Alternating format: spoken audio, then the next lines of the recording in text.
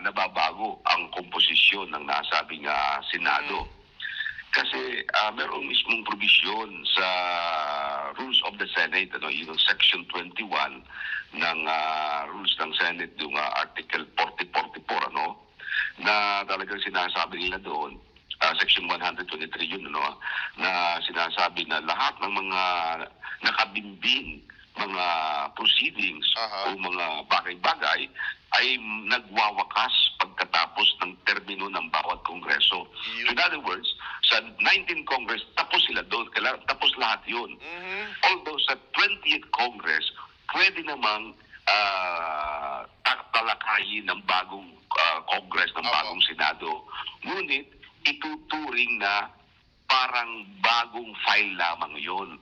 Na as if it was just presented for the first time.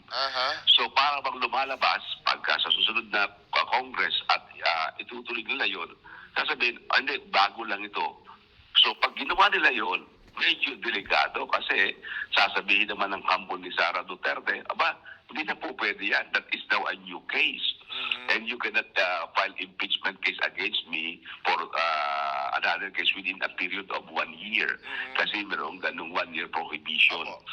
Kaya yun ay medyo delikado kung hihintay nila. At yung rule na yan ng Senate, yan ay pinagtibay din ng ating Korte Suprema.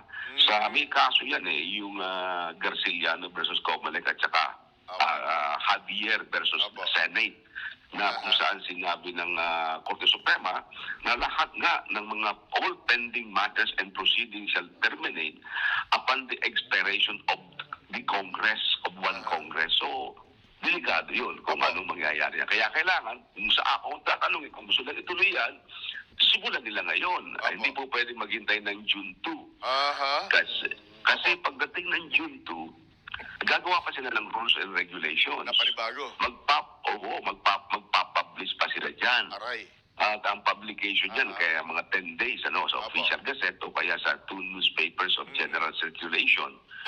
Then pagkatapos dyan, ino-notify pa nila si Sara para sagutin yan within a period of 10 days. Alright.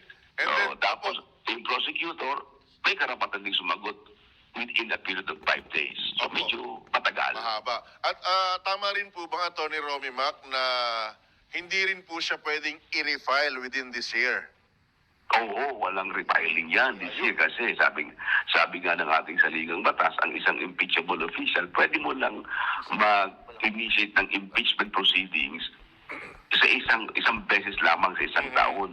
Ay ito, na-initiate na. Kasi ibig sabihin ng initiation, nanggaling na sa House of Representatives. Nasimula na sa House of Representatives. Pag nasimula na yun doon, at naisang pa nga sa Senado, abay hindi ka na pwedeng mag-refile ng panibagong kaso. Kasi kahit na iyan pa rin ang kasong andoon, para bang panibagong kaso yan, parang refiling ang mangyayari.